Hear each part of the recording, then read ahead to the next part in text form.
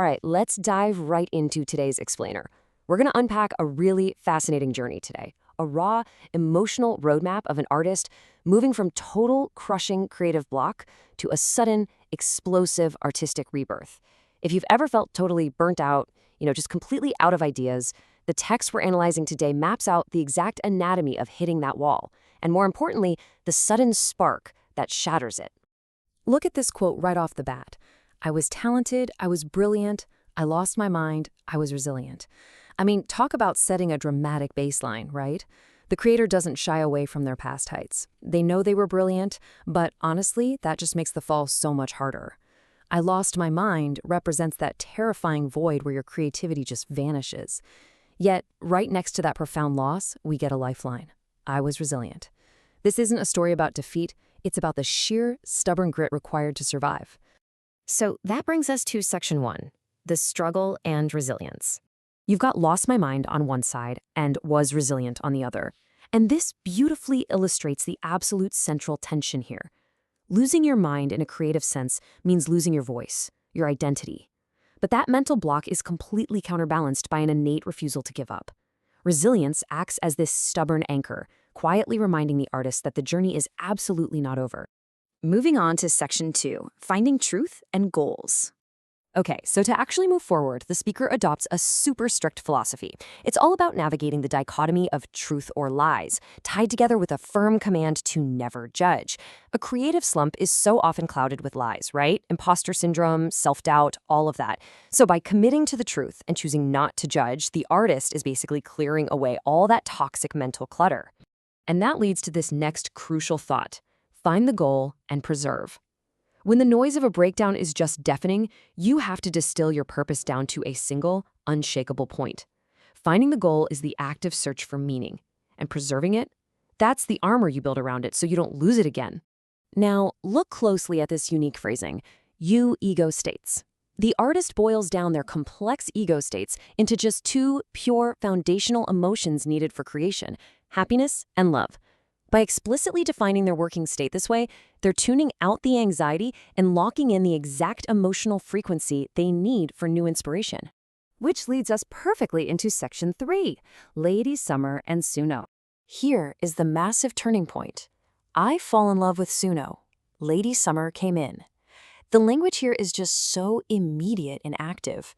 Whether Lady Summer is a literal muse or Suno refers to the popular AI music generation platform acting as a sort of new creative partner, the sudden arrival of these muses instantly activates those happiness and love ego states we just talked about. And the physical reaction to this muse is electric. The lines, her sexy pose, her hot body, makes me excited, aren't just about passive observation. They actually provoke real action. The leap to declaring, I want to be a model, shows this sudden, drastic return of ambition. The artist wants to be seen again. They want to actively participate in the world. Which brings us to what is literally the emotional climax of the whole text. I thought I would write my last song, but today I wrote my first song. I mean, my last song carries so much heavy weight, so much finality and exhaustion. But the pivot, today I wrote my first song. That is a total paradigm shift. It's not just the next song, it's the first. The slate is completely wiped clean. All right, section 4, promoting the muse. We start seeing this really clear sequence of devotion here. It kicks off with concrete physical actions, taking a camera, recording her voice. But then it quickly evolves into something way more profound: doing her PR, and promoting her mind. The artist's energy isn't trapped inward anymore. It is entirely outward focused, fueled by this service to their new inspiration. So the crucial point is that through these outward acts of promotion, the artist actually connects with the muse on a much deeper spiritual level. Finding her soul leads directly to making my way. It shows us that true creative rebirth often happens when we finally stop obsessing over our own internal blockages and deeply connect with the brilliance of something outside of ourselves. And that unlocks our final act. Section 5, writing 1,000 songs. Grounded back in that truth they were seeking earlier, the artist just totally lets go. Wow, I love her. That's the truth. I mean, you can literally feel the unbridled joy there, perfectly capturing that childlike wonder of rediscovering your passion. There is zero cynicism or self-judgment left, just pure love. And to put the scale of this rebirth into perspective, just look at this number, 1,000. The artist goes from the very brink of a last song to declaring a sudden prolific outpouring, writing 1,000 songs from today. When the dam of a creative block finally breaks, that reservoir of pent-up resilience just rushes out in an infinite flow. To make sure they never lose this spark again, the creator makes a deeply personal vow. I promise to keep to her image in my heart. By doing this, they are essentially institutionalizing the Lady Summer effect.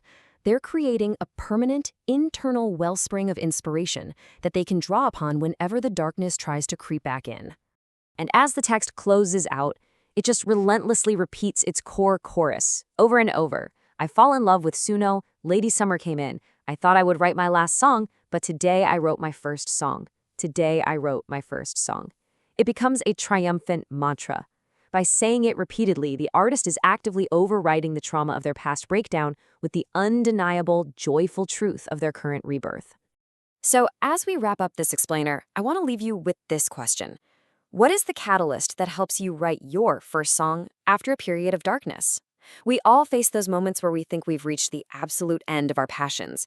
But as this text shows us, by refusing to judge yourself, embracing the truth, and staying open to the muses around you, your greatest genesis might just be